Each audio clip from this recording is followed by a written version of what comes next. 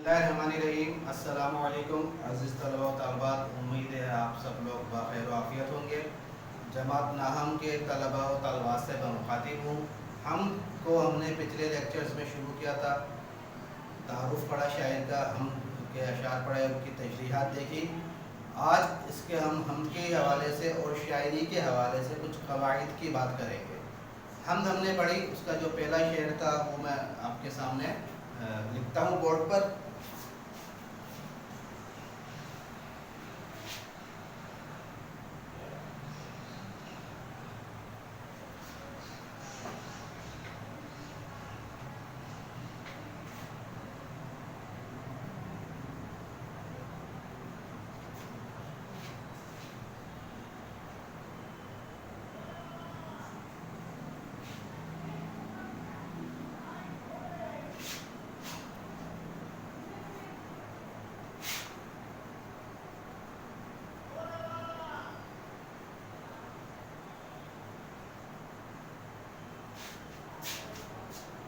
ये पहला शेर है जो आपने पढ़ा।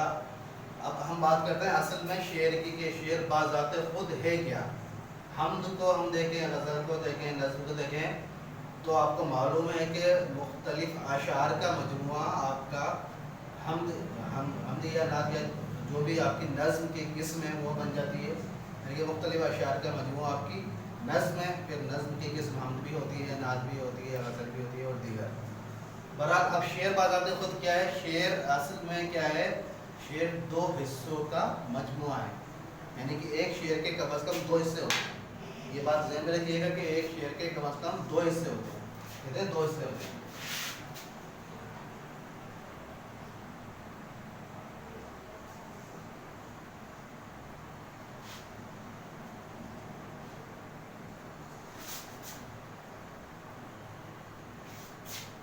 अब वो दो हिस्से क्या होते हैं? वो उसके दो मिसरे होते हैं। ये पहला मिसरा और ये दूसरा मिसरा, दो मिसरे मिलकर एक शेर बनता है। जो पहला मिसरा होता है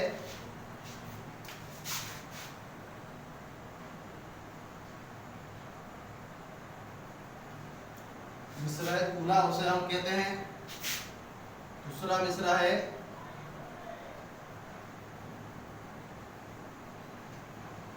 वो दूसरा मिसरा मिसरा सानी कहलाता है। तो पहली बात तो ये एक शेर के दो हिस्से होते हैं, मिसरा ऊला, मिसरा सानी। अच्छा, अब इसमें आप देखें जो भी शेर होता है उसके दोनों मिसरे एक ख़ास वज़न में, एक ख़ास बहर में होते हैं और दोनों बामाने होते हैं। आप इसको देखें, इसमें एक बहर नज़र आएगी, एक तरन्नुम नज़र आएगा, एक वज़न नज़र आएगा। कोई अल्फाज की कसरत या यहाँ पर या ज़्यादती या कमी यहाँ पर नहीं पाई जाएगी। तो शेर असल में उसे कहा जाता है जो कि दो मिसरों पर मुश्तमिल हो और दोनों मिसरे उसके हम वज़न हो और एक बहर हो उसके अंदर बाकायदा और बा माने हो। तो इसमें तमाम खसूसियात ये पाई जाती हैं जो इस हम का पहला शेर है। अब दो मिसरों में तो पहला मिसरा मिसरा ऊला कहलाता है, दूसरे को मिसरा सानी कहते हैं। अगर कहीं आप तन्हा शेर लिखें या तना शेर लिखा है, देखेंगे जो उसकी अलामत लिखी जाती है वो इस तरह की अलामत होती है, इस तरह की अलामत बनाई जाती है कि ये तन्हा शेर की अलामत है। लेकिन अगर आपने सिर्फ एक मिसरा अलग से लिखना हो तो उसकी क्या अलामत है वो भी ज़रा हम देख लेते हैं। इस तरह की एक अलामत बनती है अगर आपने कोई मिसरा लिखना हो। जैसे आपने लिखा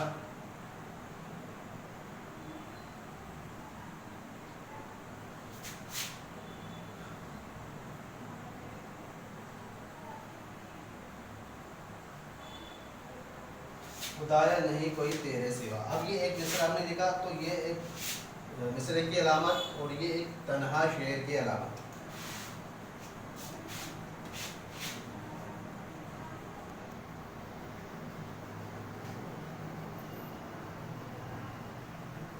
तन्हा शेर की अलामत हो गई और ये आपके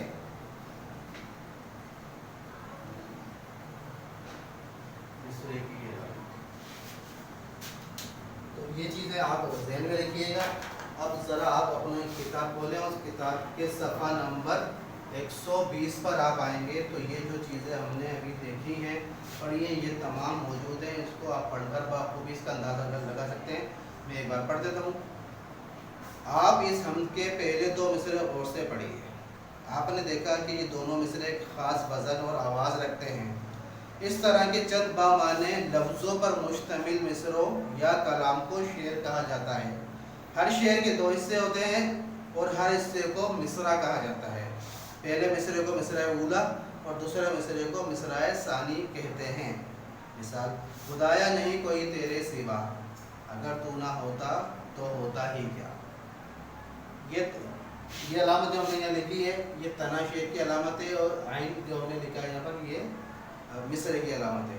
तो उम्मीद है ये चीज़ें आपको यकीनन समझ में आई होंगी। इन चीज़ों को आप अपनी कापी में दर्ज फरमा लीजिए और इसकी मशक के लिए इंशाअल्लाह हम अगले लेक्चर में आपसे मुलाकात करेंगे। जब तक के लिए इजाज़त दीजिए। अस्सलामु अलैकुम।